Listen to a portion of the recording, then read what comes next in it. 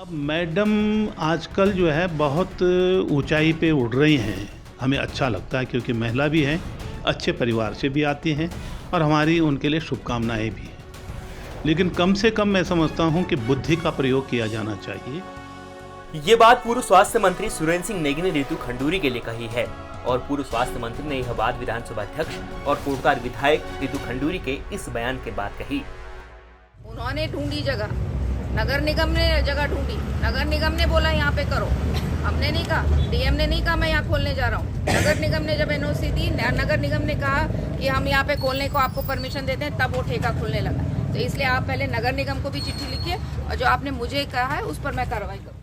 दरअसल रितु खंडूरी और पूर्व स्वास्थ्य मंत्री के बीच जुबानी जंग शराब की दुकान को लेकर छिड़ी है।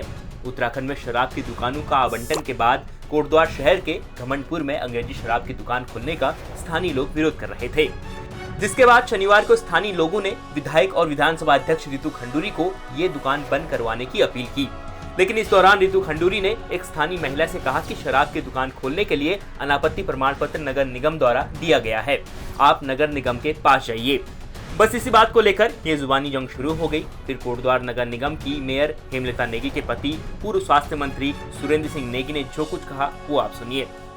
अब मैडम आजकल जो है बहुत ऊंचाई पे उड़ रही हैं। हमें अच्छा लगता है क्योंकि महिला भी हैं, अच्छे परिवार से भी आती हैं और हमारी उनके लिए शुभकामनाएं भी हैं। लेकिन कम से कम मैं समझता हूं कि बुद्धि का प्रयोग किया जाना चाहिए। इस सवाल के पीछे दो बातें उभर कर आती हैं। या तो जानबूझकर किसी की मानहानि का एक प्रयास किया जा रहा है, नुकसान पहुंचाया जा रहा है, या बुद्धिहीनता का एक परिचय दिया जा रहा है। उत्तराखंड में हाल ही में जो शराब नीति बनी है वो वर्तमान सरकार ने बनाई है और शराब की दुकानों का आवंटन भी सरकार द्वारा ही किया जाता है और जिलाधिकारी की इसमें बड़ी भूमिका होती है। और इन्हीं बातों को लेकर कोटद्वार नगर निगम की मेयर हेमलता नेगी के पति पूर्व स्वास्थ्य मंत्री सुरेंद्र सिंह नेगी ने विधानसभा अध्यक्ष पर तंज कसते हुए कहा कि मैडम आजकल बहुत ऊंचाइयों पर उड़ रही है। वहीं रिहायशी इलाके में शराब की दुकान खोले जाने को लेकर फिर रितु खंडूरी ने क्या कुछ कहा वो भी आप सुनिए। देखिए ऐसा है, शराब की दुकान जो खोल रही है उसके खिलाफ यहाँ पर महिलाएं खड़ी हैं। महिलाओं के लिए परेशानी की बात तो होती है, जब एक नया ठेका खुलता है दिक्कत की बात अवश्य होती है।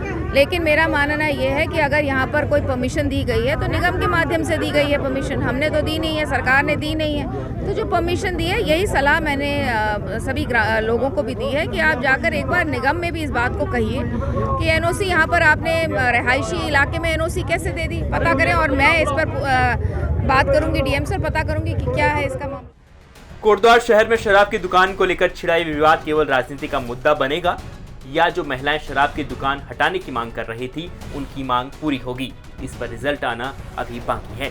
उत्तराखंड तक के लिए कोटद्वार से विकास वर्मा की